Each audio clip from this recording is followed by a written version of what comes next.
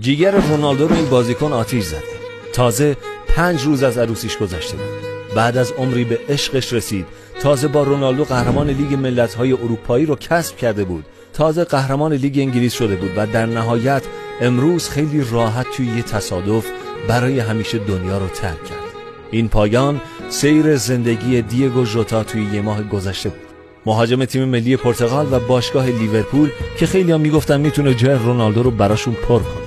جالبه بدونین ژوتا فقط 28 سالش بود و در کنار اینکه بازیکن خوبی واسه تیم لیورپول به حساب می اومد، قهرمان مسابقات بازی‌های ویدئویی هم بود و حتی رتبه اول فیفا 21 رو هم کسب کرده بود. ژوتا زمانی که فوت شد، توی ماشین آرزوهاش لامبورگینی با سرعت توی اتوبان منطقه مورد علاقه‌اش توی زامورای اسپانیا در حال رانندگی بود و به شکل دراماتیک و عجیبی کشته شد. جمله‌ای که در وصف چنین موقعیتی به ذهنت میرسه چیه؟